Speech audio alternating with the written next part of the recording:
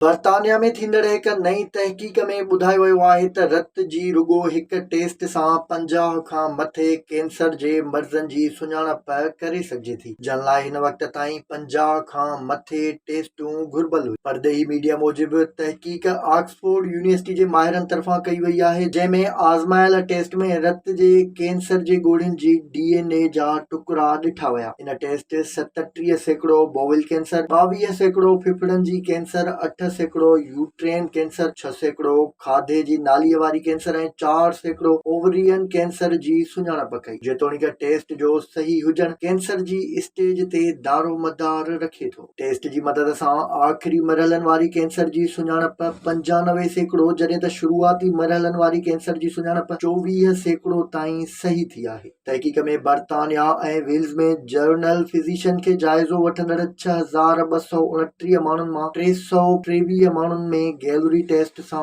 Cancer जी अलामतुनि जी सुञाणप कई वई। माहिरनि मूजिबि इन खां पोइ उन्हनि 323 मरीज़नि मां 244 में कैंसर ज़ाहिर थी, जेको इन टेस्ट जे सही हुजण जे हवाले सां बहितरीन इशारो आहे। वाज़ेह रहे त कैंसर जा क़िस्म अलामतूं ज़ाहिर करण खां अॻु ई रत में DNA शामिल करणु शुरू करे छॾींदा आहिनि।